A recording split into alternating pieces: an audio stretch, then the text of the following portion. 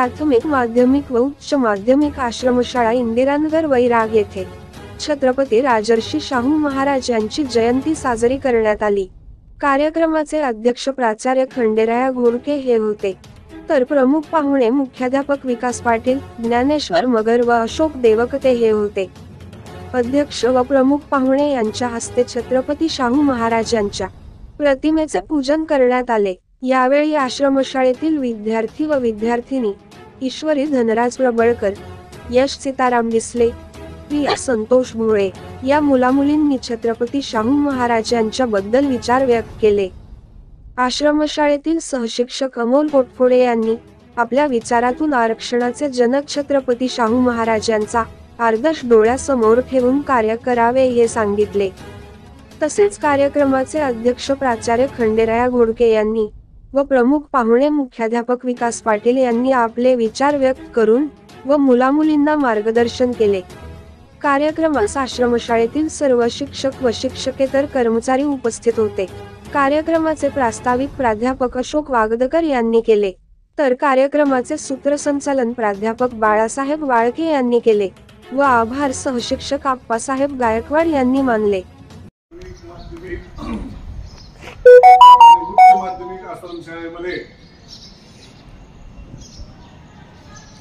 महामानव डॉक्टर बाबासाहेब आंबेडकर यांचे गुरु राजश्री शाहू महाराज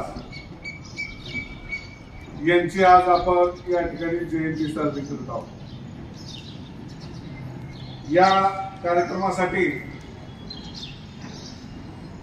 प्रमुख पाहुणे म्हणून उपस्थित असणारे ज्ञानेश्वर मगर, अशोक देवकते, आपल्या या प्राथमिक आश्रमशाळेचे मुख्याध्यापक आदरणीय पाटील सर, या शाळेतील सर्व शिक्षक, शिक्षकेतर कर्मचारी, विद्यार्थी मित्रांनो,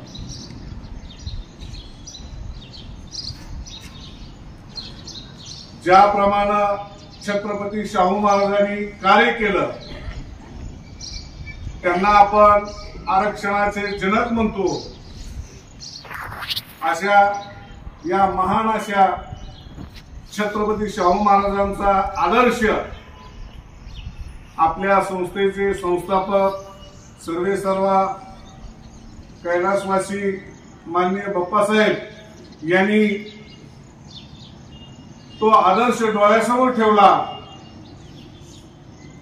आणि म्हणूनच आपल्या संस्थेचं ब्रीदवाक्य तयार केलं, स्वतंत्र, समता, बंधुत्व हेच खरे शिक्षण।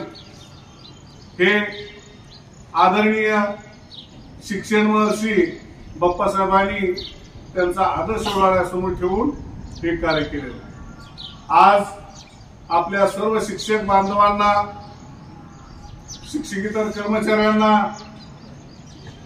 या ठिकाणी हे भटक्या विमुक्त जाती जमातीचे विद्यार्थी, इतर मागासवर्गीय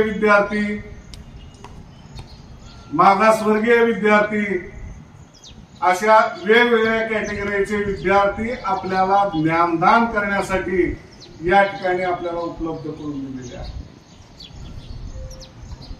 ज्याप्रमाणे छत्रपती शाहू महाराजांनी मागासवर्गीयांसाठी शिष्यवृत्ती चालू केली, आरक्षण चालू केलं, त्याप्रमाणे आपल्या या शाळेतील सर्व कर्मचारी बांधवांनी या मागासवर्गीय विद्यार्थ्यांना घडवण्याचं कार्य, महान असं कार्य सर्वांनी मनापासून करावं एवढीच अपेक्षा या ठिकाणी व्यक्त करतो। आणि आपण सर्वजणांनी छत्रपती शाहू महाराजांचा आदर्श डोळ्यासमोर ठेवावा आणि आपलं बंधुत्व निर्माण करावं एवढं बोलतो आणि मी माझं छोटंसं भाषण संपवतो।